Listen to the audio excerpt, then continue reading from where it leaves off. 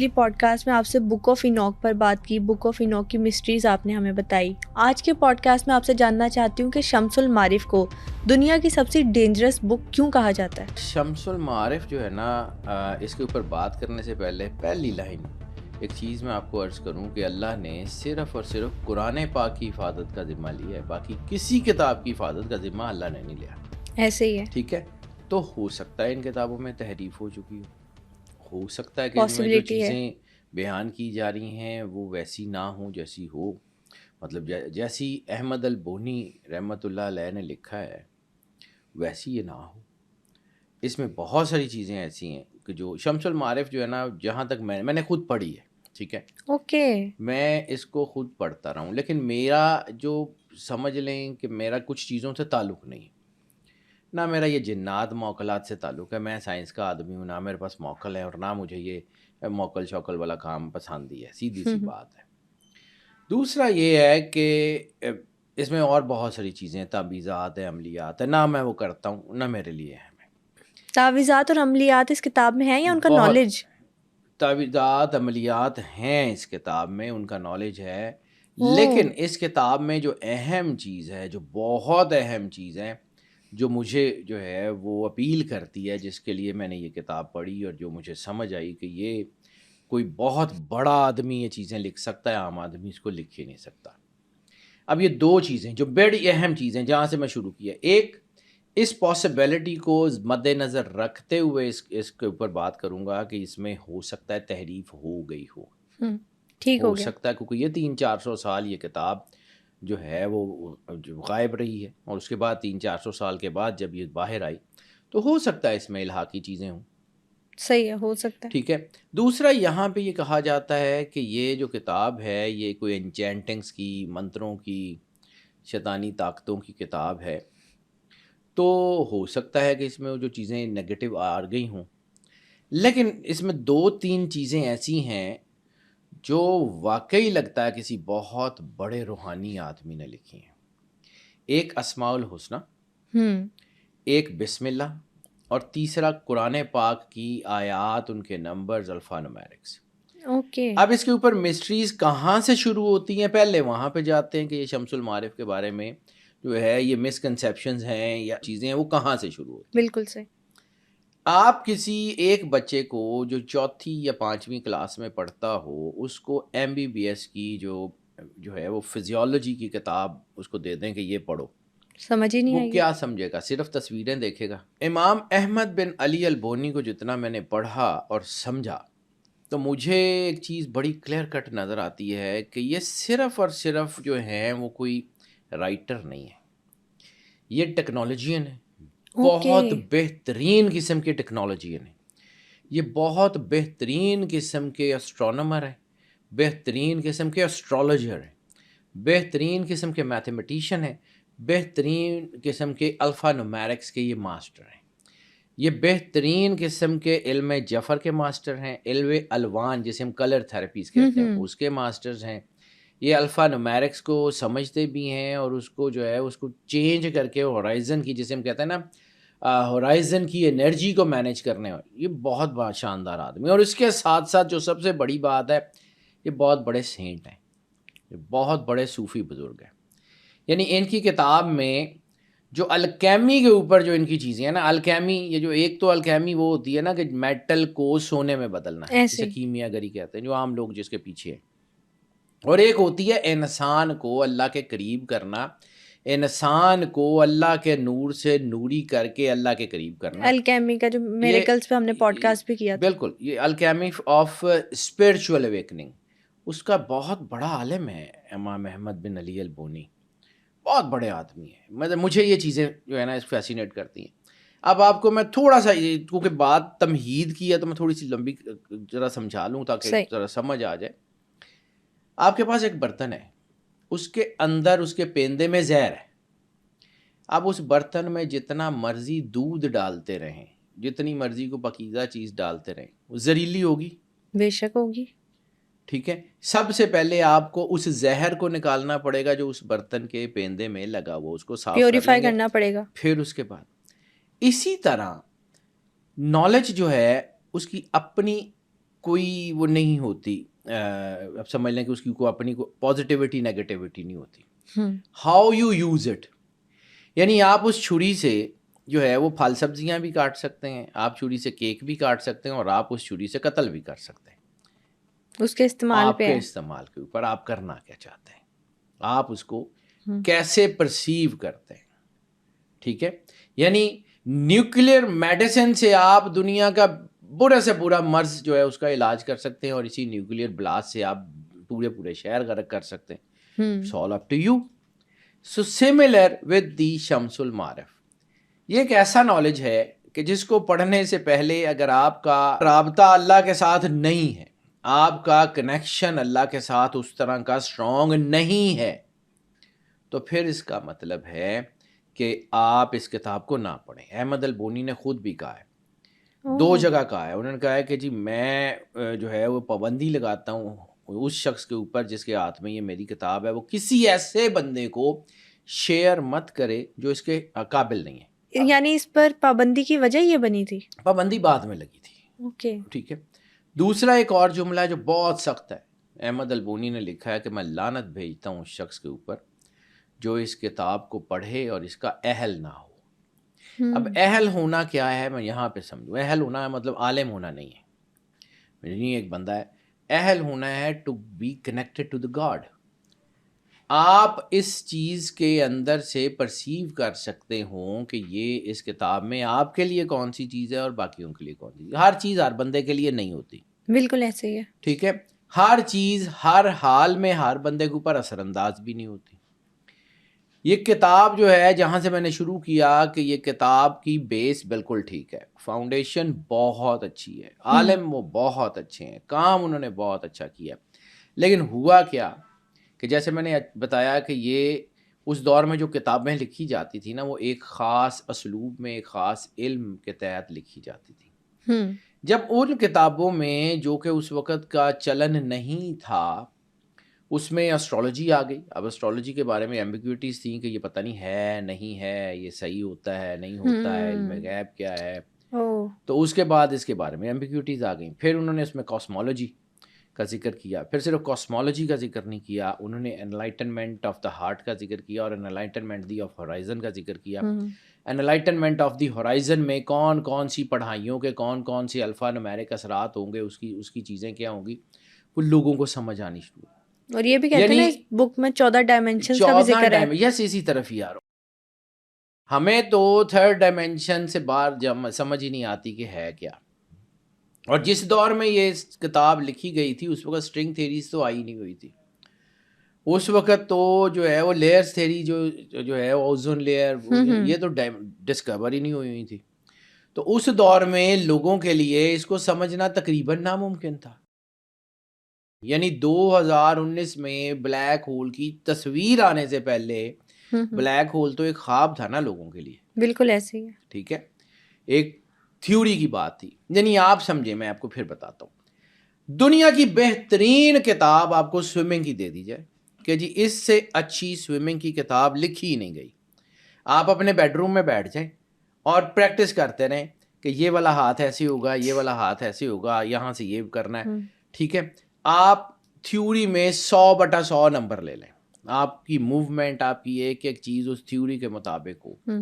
لیکن جب تک آپ پانی میں نہیں اتریں گے آپ کیسے آپ کو کیسے اس کو پرفیکٹ کر سکتے ہیں. یعنی آپ کا 75 نمبر کی تھیوری تو آپ کی جو ہے نا 75 میں سے 75 ہوں گے اور پریکٹیکل کے 25 نمبر میں 0 ہوں گے. تو 25 نمبر کا پریکٹیکل اگر فیل ہے نا بیٹا تو 100 کا 100 نمبر 0 ہے. بالکل ایسے ہی ہے. یہ کتاب جو ہے نا یہ پریکٹیکلٹی کی کتاب ہے، یہ تھیوری کی کتاب نہیں ہے، سمجھنے کی کتاب نہیں ہے، یہ فیل کرنے کی، احساس کی کتاب ہے. یہ آپ کے ہورائزن کے ساتھ. اور یہ کتاب اس وقت دیکھو، میں بالکل اگر کوئی بندہ میری بات سننے کے بعد اس کتاب کے پیچھے دوڑے اور وہ جو ہے وہ اس کو استعمال کرے اور بعد میں اپنا نقصان کرے تو میرے لیے بھی ظاہر سی بات ہے، میں نے بھی تو جا کے اللہ کو جواب دینا ہے نا کہ جی تم لوگوں کو کس طرف لگاتے رہے ہو. یہ کتاب وہ ہے کہ جس وقت آپ اللہ کے ساتھ جڑے ہوئے ہیں آپ اس میں سے سیگریگیٹ کر سکتے ہیں کہ کون سی چیز کس وقت کیا یوز کرنی ہے اور کون سی چیز چھوڑ دینی ہے. پھر تو آپ اس کتاب کی طرف جائیے. ورنہ رہنے دیں. یہی وجہ تھی جس کی وجہ سے اس کتاب کے اوپر پابندی لگی. یہ وجہ تھی کہ لوگوں کو سمجھ نہیں آتی تھی. اس وقت کے جو بڑے عالم تھے انہوں نے جب یہ دکھ دیے، 3ری-4 صدی کی بات ہے، تو اس وقت کے لوگوں کو سمجھ ہی نہیں آتی تھی کہ یہ کیا ہے، کہ کس طرح کی. اس وقت کے بڑے بڑے عالموں کو سمجھ نہیں آتی تھی کہ یہ احمد البونی آ کہاں سے گیا، اتنا کمال کا آدمی ہے. یعنی اس نے شریعت کو جو ہے وہ اسٹرالوجی سے اور کاسمولوجی سے، نیمرولوجی سے مکس کر دیا. اور یہ بھی کہتے ہیں نا کہ انگریز تو یہ بھی مانتے تھے کہ شیطان کو بلانے والی کتاب ہے. میں آپ کو بتاتا ہوں وہ کیوں ہوا، اس کی بھی وجہ بتاتا ہوں. یہ کتاب ہے عربی میں. عربی کی جو ہے نا وہ اسلوب اور ہے، اور باقی دنیا کی زبانوں کا اسلوب اور ہے. عربی بڑی واسٹ زبان ہے. عربی میں ایک ایک لفظ کے کئی معنی ہیں. جیسے قرآن پاک کے بارے میں 7 بطون سرور انبیاء صلی اللہ علیہ وآلہ وسلم نے فرمایا کہ اس کے 7 بطون ہیں. سمجھ ہی نہیں آتی اس کے ایک لفظ کے کتنے معنی اور کیا ڈائمینشن ہے. ٹھیک ہے، جب آپ نے اس کو ترجمہ کیا اور یہ کتاب گئی ان لوگوں کے پاس جن کا روحانیت سے، جن کا الکیمی سے، جن کا اسپرچول اویکننگ سے اس طرح کا تعلق نہیں تھا. میں یہ نہیں کہتا بالکل بھی نہیں تھا، لیکن اس طرح کا نہیں تھا جس طرح کا ہونا چاہیے. تو ان کے لیے تو یہ صرف انچینٹنگز تھی نا، کہ منتر تھے اور تعویذات تھے، حصار تھے. ٹھیک ہے، وہ اس میں جو چیزیں تھیں وہ علم بریتی اسے کہتے ہیں، وہ ہیبریوز میں بھی تھا. اس کو احمد البونی نے کمال طریقے سے اسلامائز کیا. یعنی کچھ ایسے ورڈز تھے. میں پھر اس کے اوپر جب اس کے مواد کی طرف آتا ہوں تو پھر بات کرتا ہوں. پہلے بھی میں صرف تمہیدی گفتگو کر لوں. جب یہ ہو رہا تھا تو لوگوں کو سمجھ نہیں آ رہی تھی، تو پھر انہوں نے کہا کہ اس کو بند کر دو جی. اس کے بعد یہ کتاب جو ہے، اس وقت کون سے کو پریس ہوتے تھے، اس وقت تو مینوسکرپٹس ہی ہوتے تھے. اس وقت ان کو قابو کرنا آسان ہوتا تھا. ان کتابوں کو مینوسکرپٹس جو ہیں وہ روک لیے گئے، لوگوں تک پہنچنی بند ہو گئی. آہستہ آہستہ جن کے پاس وہ تھے وہ بھی ضائع ہو گئے. اب یہ جہاں پہ اس کے مینوسکرپٹ تھے، اب وہ ایسی کوئی جگہ تو تھی بھی نہیں کہ جہاں پہ یہ 100% محفوظ ہوتی. اس میں بہت ساری چیزیں ایسی ہیں جو لگتی ہیں کہ یہ احمد البونی جیسا آدمی نہیں لکھ سکتا. یعنی اس کتاب میں اگر لوگوں کی بیٹرمنٹ کے لیے کوئی نسخے ہیں یا کوئی وظائف ہیں تو وہاں پہ بندے مارنے کے وظائف بھی ہیں. تو کوئی دنیا کا کوئی دین ایسا نہیں ہے، کوئی مذہب ایسا نہیں ہے جو انسانوں کو قتل کرنے کے لیے آپ کو پرووک کرے. یہ نہیں ہو سکتا. تو یہ بالکل 100% ہے کہ یہ الہ کی چیزیں. اس میں بہت ساری ایسی چیزیں ہیں جو اسلامک جو ہے وہ پریکٹسز کے ساتھ چلتی ہیں، اور بہت ساری ایسی چیزیں ہیں جو اسلامک پریکٹسز کے اگینسٹ کھڑی ہیں. اب میں یہی تو کہہ رہا ہوں کہ قرآن پاک کی حفاظت کا ذمہ اللہ نے لیا ہے، اس کی حفاظت کا ذمہ اللہ نے نہیں لیا. یہ 300-400 سال جہاں اس کے مینوسکرپٹ تھے وہاں پہ جو ہے وہ ہو سکتا ہے کچھ چیزیں ایڈ ہو گئی ہوں. یعنی ہو سکتا ہے کہ جس کے پاس یہ تھی یا جو کوئی اس کا عامل تھا یا جو کوئی اس کی پریکٹس کرتا تھا اس نے اپنے چلے وظیفے، اپنے تعویذ بھی اس میں ایڈ کر دی. ہمارے پاس کون سا کوئی ایسی اوتھینٹسٹی ہے کہ ہم نے اس کو چیک کرنا ہے؟ کوئی ہینڈ رائٹنگ ایکسپرٹ کے ساتھ تو ہم نے جا کے میچ نہیں کرنا. اس کا مین مخطوطہ تو ہمارے پاس ہے ہی نہیں مینوسکرپٹ کہ جی یہ احمد البونی کی ہینڈ رائٹنگ ہے اور یہ دوسرے کی ہینڈ رائٹنگ ہے تو اس کو ہم پکڑ لیں. تو وہ تو پکڑ سکتے نہیں. تو اب اس کے اندر الہاقی چیزیں ہیں، لیکن سمجھیے کہ ان الہاقی چیزوں کے باوجود اس کے اندر جو پازیٹیو چیزیں ہیں وہ دنیا میں ایسی نہیں ہیں. یعنی آپ سمجھ لیں کہ یہ اسپرچول نالج کی، اسپرچول اویکننگ کی، یہ الفا نومیرکس کی، علم اعداد کی، اسماء الحسنہ کی، بسم اللہ الرحمن الرحیم کی، قرآن پاک کی صورتوں کی اتنی کمال کی ڈپکشن ہے کہ یہ ریفرنس بک ہے. یہ وہ کتاب ہے جہاں سے آپ ریفرنس لے سکتے ہیں. یہ اتنی بڑی کتاب ہے. کیا یونیک چیزیں بتائی گئی ہیں اس میں؟ بہت کچھ ہے بیٹا. اس میں جو میں نے جو ہے نا آپ کو کہا تھا کہ ایک علم ہے جسے علم اسماء کہا جاتا ہے، جسے اسماء الحسنہ سرور انبیاء اللہ تعالیٰ کے جو نام ہے اس کو کیسے انسان اپنی زندگی میں یوٹیلائز کر سکتا ہے. ٹھیک ہے، یہی اسماء جیسے میں نے آپ کو کہا تھا کہ حضرت نوح علیہ السلام کی کشتی کے اوپر 5 نام لکھے ہوئے ہیں، بتایا تھا. وہ نام ہیبرو میں یا پرانی زبانوں میں، کیونکہ ان کے اسکرپٹس، اب ہم بولتے پنجابی ہیں، ادھر بھی پنجابی بولتے ہیں، ایسٹ پنجاب میں بھی جو ہے وہ پنجابی بولتے ہیں، لیکن ہم اس کو لکھتے ہیں شاہ مکھی رسم الخط، یہ جو عربک رسم الخط ہے اس میں ہم پنجابی لکھتے ہیں، ڈفرینس آتا اور ہے. وہ گرمکھی رسم الخط میں لکھتے ہیں.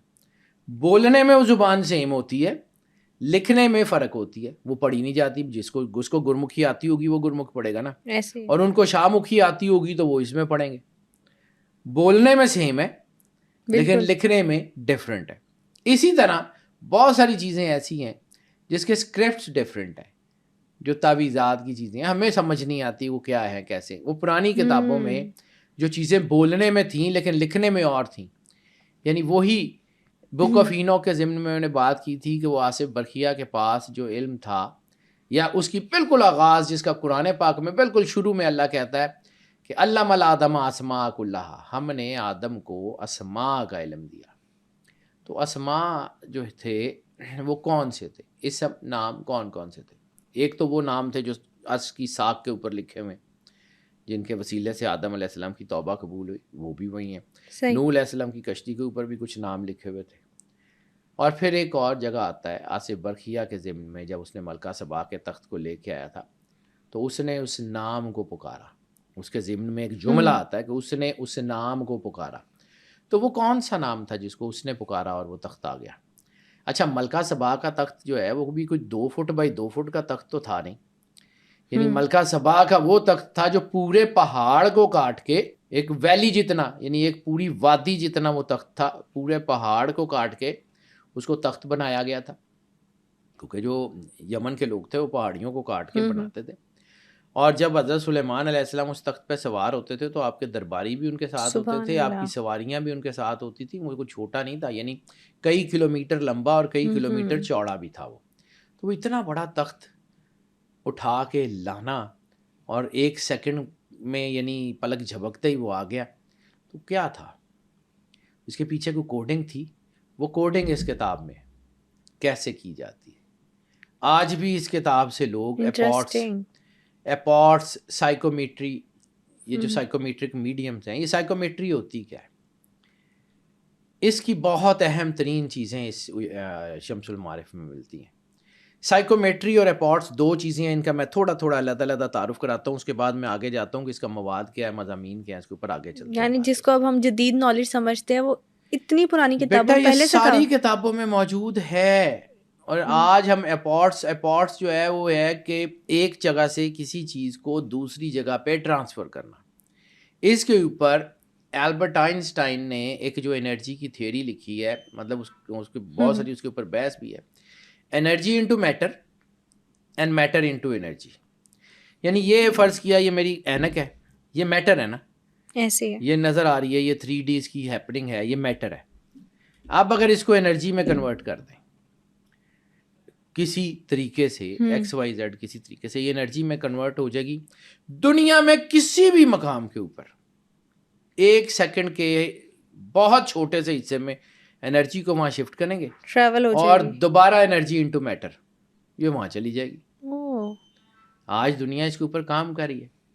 یعنی اس کی بہت بڑی ایگزامپل جس کو دنیا نے مانا، جس کے اوپر دنیا کی بڑی بڑی ایجنسیز نے جو ہے اس کو ایکنالج کیا، وہ تھا ویسٹ منسٹر ایبے سے جب یہ جو ہے وہ حضرت ڈیوڈ کا جو ہے وہ سٹون ہے، جو جسے ہم کہتے ہیں جیکبس پلو، حضرت یعقوب علیہ السلام کا جو پلو ہے، وہ پلو کیا ہے؟ That is the stone, that is the rock. وہ بہت بھاری راک ہے، وہ چھوٹی راک نہیں ہے. اور یہ وہ چٹان ہے جس کے اوپر تقریباً 30 انبیاء نے بیٹھ کے عبادت کی ہے. 30 سے زیادہ نبی اس پہاڑی کے اوپر بیٹھ کے عبادت کرتے تھے. جب حضرت یعقوب علیہ السلام کے دور میں حضرت یوسف علیہ السلام مصر میں بادشاہ بن گئے اور حضرت یعقوب نے ہجرت کی کنعان سے، تو آپ یہ اس راک کا کچھ حصہ کٹوا کے اپنے ساتھ مصر لے گئے. اچھا، وہ کہلاتا ہے جیکبس پلو. یعنی 30 سے زیادہ نبی ہیں جنہوں نے، یعنی حضرت ادریس علیہ السلام بھی اسی پتھر کے اوپر بیٹھ کے عبادت کرتے تھے. یہ بک آف اینوک میں بھی اس کا تذکرہ ہے جیکبس پلو کا. اچھا، اب یہ جیکبس پلو مشہور کیوں ہوا؟ کہا جاتا تھا، یا ایک روایت مشہور ہو گئی تھی کہ جو بھی اس کے اوپر بیٹھتا ہے وہ کسی نہ کسی حال میں بادشاہ ضرور بن جاتا ہے. اب یہ جو ہے یہ جیکبس پلو ایجپٹ سے ہوتا ہوا برٹش امپائر کے ہاتھ لگا اور برٹش امپائر اس کو جو ہے وہ لے گئی اپنے کیپٹل میں، ویسٹ منسٹر ایبے میں جو کنگ اور کوئین کا جو تھرون ہے نا اس کے اندر اس کو فٹ کر دیا گیا کہ نہ کنگ اور کوئین کے علاوہ کوئی اس کے اوپر بیٹھے نہ بادشاہ بنے۔ اچھا اب یہ جیکبز پلو وہاں سے چوری ہو گیا، اور یہ زیادہ پرانی بات نہیں ہے، 3 ڈیکیڈز کی پہلے کی بات ہے، 3 یا 4 ڈیکیڈز کی پہلے کی، 40 سال صحیح پہلے کی، اس سے پہلے کی بات بھی نہیں ہے۔ تو 40 سال 30-40 سال پہلے ایجنسیز یا دنیا میں اکوپمنٹ اتنا تو تھا نا کہ سرولنس ہو جاتی تھی، کیمرے تھے۔ بالکل یہ میں نے پہلے یہ کہانی آپ کو سنائی ہے چھوٹی کر کے، اب میں اس کو ذرا کھول کے سنوا رہا ہوں تاکہ آپ کو سمجھ آئے کہ یہ چیزیں کس طرف جاتی ہیں، ٹھیک ہے۔ جیکبس پلو جو ہے وہ ویسٹ منسٹر ایبے سے چوری ہو گیا۔ ویسٹ منسٹر ایبے کے جب اس وقت کے سیکیورٹی کیمراز کو جج کیا گیا تو سیکیورٹی کیمراز میں جو ہے اس کی ریکارڈنگ نہیں تھی، ٹھیک ہے۔ ویسٹ منسٹر ایبے کے سیکیورٹی کیمراز بند بھی نہیں ہوئے تھے۔ یہ کیسے پاسبل ہو سکتا ہے؟ میں وہی بات کروں، ویسٹ منسٹر ایبے کے کیمراز بند بھی نہیں ہوئے تھے، ریکارڈ نہیں ہوا تھا، یعنی سمپل ایک سین چل رہا تھا اور دوسرا کچھ نہیں تھا۔ دوسرا، ویسٹ منسٹر ایبے کا تالا توڑا گیا تھا ہتھوڑے کے ساتھ اور کوئی آواز کسی نے نہیں سنی تھی۔ ویسٹ منسٹر ایبے کا تالا Strange. ٹھیک ہے، یہ کوئی 30-40 سال، یہ پوری دنیا کی ایجنسیز نے اس کے اوپر، اگر آپ دیکھیے گا نا جیکبس پلو، تھیفٹ آف جیکبس پلو، اس کے اوپر بہت آرٹیکلز ہیں، پڑھیے گا ہوا کیا تھا۔ یہ جو ہے جیکبس پلو چوری ہو گیا، جیکبس پلو چوری ہو گیا تو اس کے بعد دنیا کی ایجنسیز ڈھونڈ رہی تھیں، سیکیورٹی کیمراز میں کچھ نہیں ملا، وائس ریکارڈنگ سے کچھ نہیں ملا، ٹریکنگ سے کچھ نہیں ملا، پریشان ہو گئے کہ ہوا کیا ہے۔ پھر انہوں نے ساؤتھ افریقہ سے ایک سائیکومیٹرک میڈیم کو بلایا۔ سائیکومیٹری جو ہے، یہ سائیکومیٹری کا بھی میں نے ذکر کیا تھا، ایپورٹس آپ کو میں نے بتا دیا کہ ایک جگہ سے دوسری جگہ چیزوں کو شفٹ کرنا، اور سائیکومیٹری کیا ہوتی ہے کہ میری کوئی چیز ہے، اس کو کوئی بندہ ایسے پکڑتا ہے تو میرے بارے میں بتانا شروع کر دیتا ہے۔ اوکے، اب اس کو سمجھو، اس کے بارے میں بھی سرور انبیاء صلی اللہ علیہ وآلہ وسلم بادشاہ کونین کی حدیث میں ایک اشارہ ملتا ہے کہ ذرے میں کائنات کا راز ہے۔ اب ذرے میں کائنات کا راز کیا ہے کہ ایٹم کے گرد جو ہے، نیوکلیس کے گرد الیکٹران پروٹون نیوٹران ایسے ہی گھوم رہے ہیں جیسے سورج چاند ستارے، اسی طرح ہر ایک چیز کی۔ آپ کی باڈی کے اندر بھی، آپ کی باڈی بنی ہوئی ہے سیل سے، سیلز کے اندر بھی نیوکلیس کے گرد گرد ویسے ہی چیزیں گھوم رہی ہیں، ٹھیک ہے۔ اب آپ کی باڈی کا کوئی ایک سیل، یعنی میں کوئی کپڑے پہنتا ہوں یا میں کوئی چیز ہے جو میرے ہاتھ کی ہے تو میری باڈی کا کوئی ایک سیل اس میں ہوگا۔ اب کوئی ایسی طاقت جو سیل سے انفارمیشن ایکسٹریکٹ کرتی ہو، وہ میری تو پوری انفارمیشن اس کے پاس چلی جائے گی۔ آپ کے جینیٹکس میں آپ کی پوری آنے والی نسلوں تک کا سارا ریکارڈ ہوتا ہے، آپ کی پیچھے والی نسلوں تک کا سارا ریکارڈ ہوتا ہے، تو آپ کی باڈی کے سیل میں آپ کی پوری انفارمیشن ہوتی ہے نا، ہو سکتی ہے۔ ہمارے ہاں یہ گاؤں میں ایک چیز ہوتی تھی کہ جی وہ کوئی کسی کے پہنے ہوئے کپڑے پکڑے، اس سے اس کو بتا دیا کہ تیرے پہ جادو ہے، نہیں ہے، چیزیں ہیں۔ تو یہ سائیکومیٹری کی بڑی عام سی مثال تھی۔ آج کل تو ہمیں یہ ذرا چیزیں اس سے دور ہی ہو گئے، لیکن یہ ہوتا تھا۔